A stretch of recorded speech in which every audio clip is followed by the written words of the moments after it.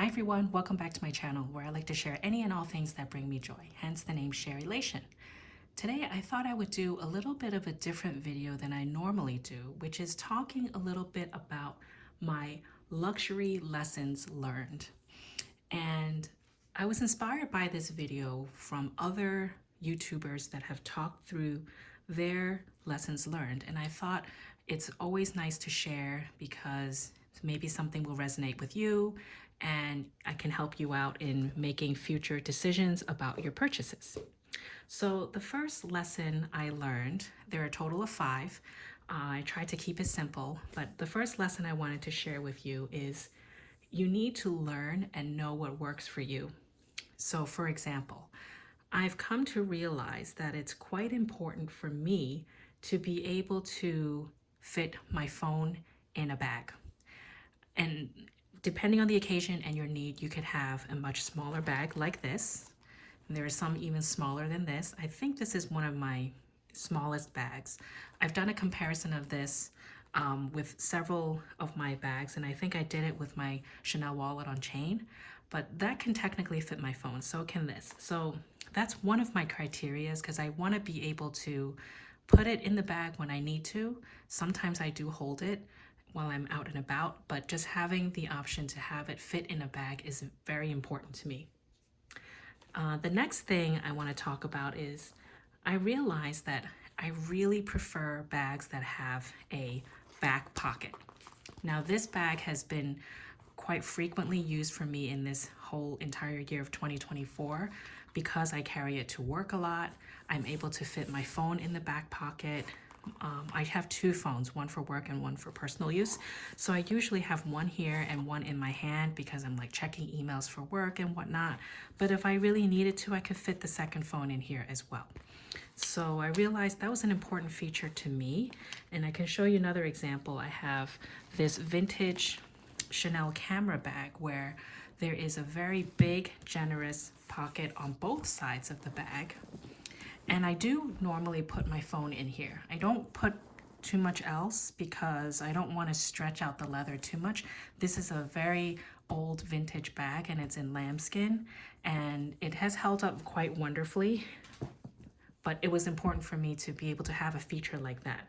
Another example is this Hermes Evelyn. This is the PM size. You know that this has a very generous back pocket. Only the second and the third generation bags for Evelyn PM have this. The first generation has no back pocket, but this has been very useful for me because not only can you fit a phone, you can fit quite a few other things in here as well. So that was an important feature for me. The second was something I come to realize later on in my bag journey was the ability to have a strap that you can adjust or probably remove. The best example I can share is this small puzzle bag by Loewe.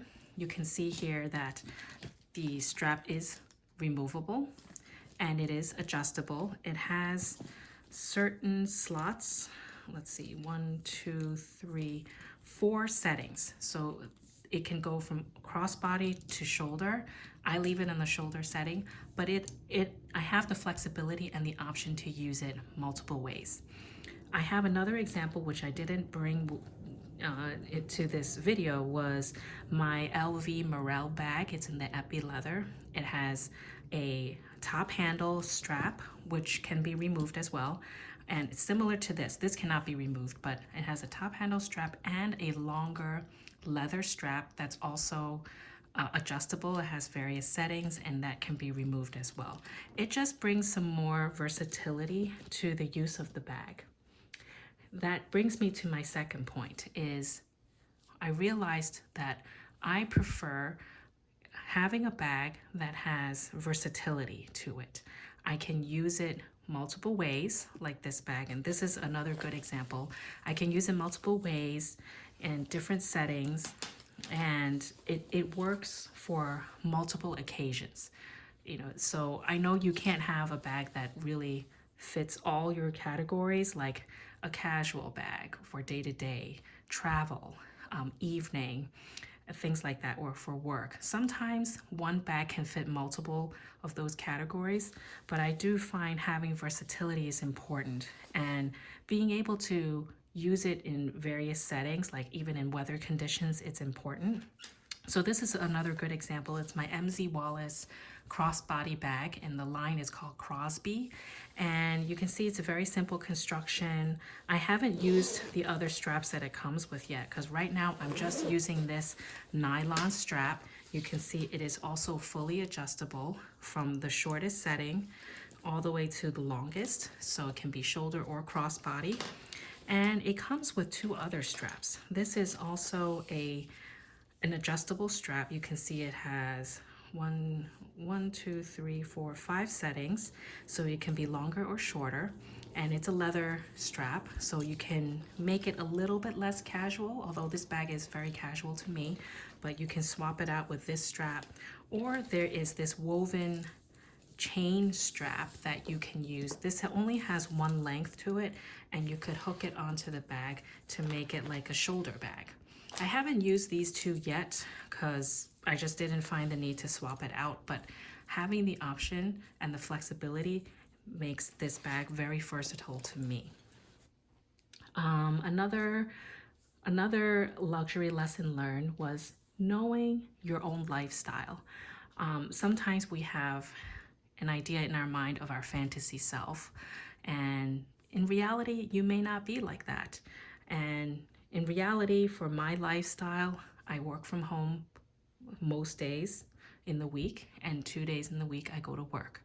I don't have a very formal corporate job where I have to dress up very formally, so I can carry any of these bags to work technically, and it's a very casual setting. I use a backpack, so it's as casual as that. So you have to know yourself and your lifestyle. If you're the type that goes to a lot of formal events quite often, then you might want something more formal, like a little Chanel wallet on chain can have a lot of usage in your collection. But for me, most of my day-to-day is quite casual. So a lot of these bags that I'm showing here is very casual. I have used this quite a bit when I first got this. This is the mini Anjou bag from Goyard. It's the reversible version, because I found, although it doesn't have much versatility, it is very easy to use, and it really fits my lifestyle, because even on weekends, I don't have a lot of fancy events. We're just going out and about, going to casual restaurants, grocery shopping, sometimes going to the mall and whatnot. So it's not like an extravagant lifestyle. So something like this really works for me day to day. And I have the Goyard Bohème bag, which is the Howell style. That works very well for me as well. And I realize over the months of 2024, when I've done my tally of bags I've used my Goyards quite often because of that. And recognizing your lifestyle is really important. Okay, the fourth thing is somewhat related to knowing your lifestyle, is to know your own wardrobe, what colors you typically wear, how you usually dress. Again, it kind of goes back to what I wear for work and what I don't need to wear for work. I can dress very casually, so pretty much 7 days a week I am in fairly casual clothing. I can even wear jeans to work, so that's another thing. Sorry about that. That's another thing that I can factor into my life, is the ability to dress very casually all the time. And I don't need to really dress up too much unless I'm going to a wedding or a very formal dinner, which is not often these days. Maybe that can change in the future, but just knowing that you have a specific wardrobe, and not to buy too many of those very fancy bags, like I'm talking about, like a crystal bag, because that's more of like a party setting. I don't really go to those events anymore. So things like this really work for my lifestyle, and I've come to learn and accept and realize that. The last thing is an interesting one that I learned over the years, and I'm going to move this aside to show what I mean. The last thing I learned about luxury buying is you should not be afraid to use your items. Now, I used to have a Chanel mini in a very beautiful navy blue color and lambskin. I sold it for various reasons. One of the reasons was because I was really afraid to use it.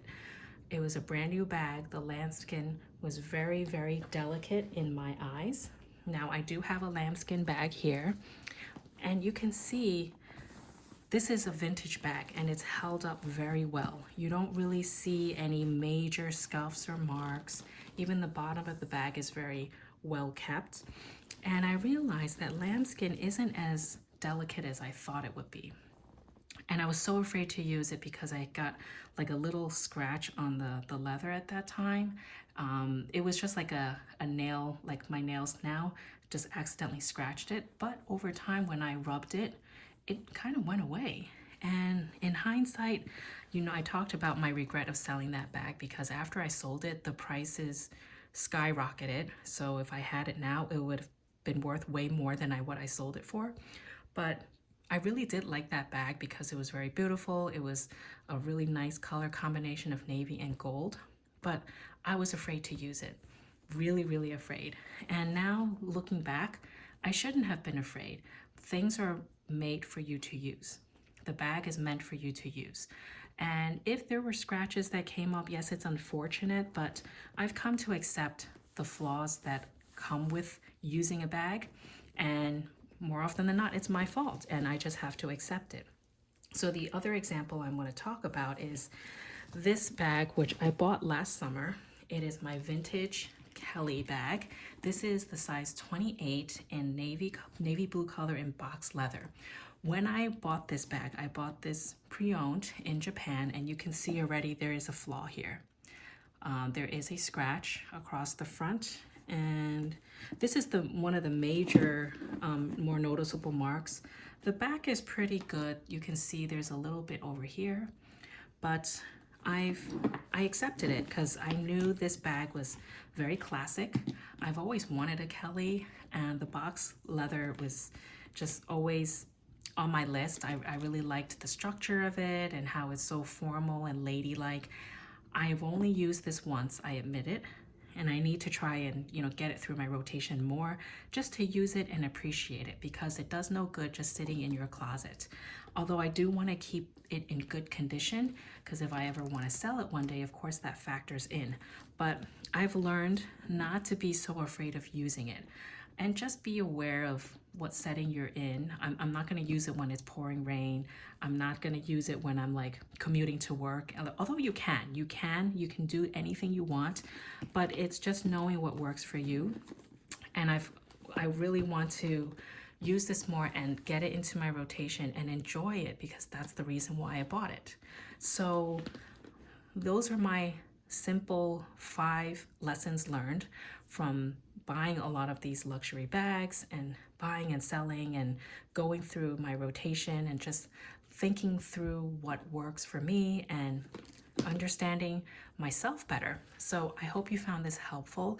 If you have any questions, feel free to leave me a comment down below. I'd love to have a conversation with you there. And if you have any questions, feel free to ping me down below, and we can talk more there. Stay happy and healthy, everyone. Until next time. Bye.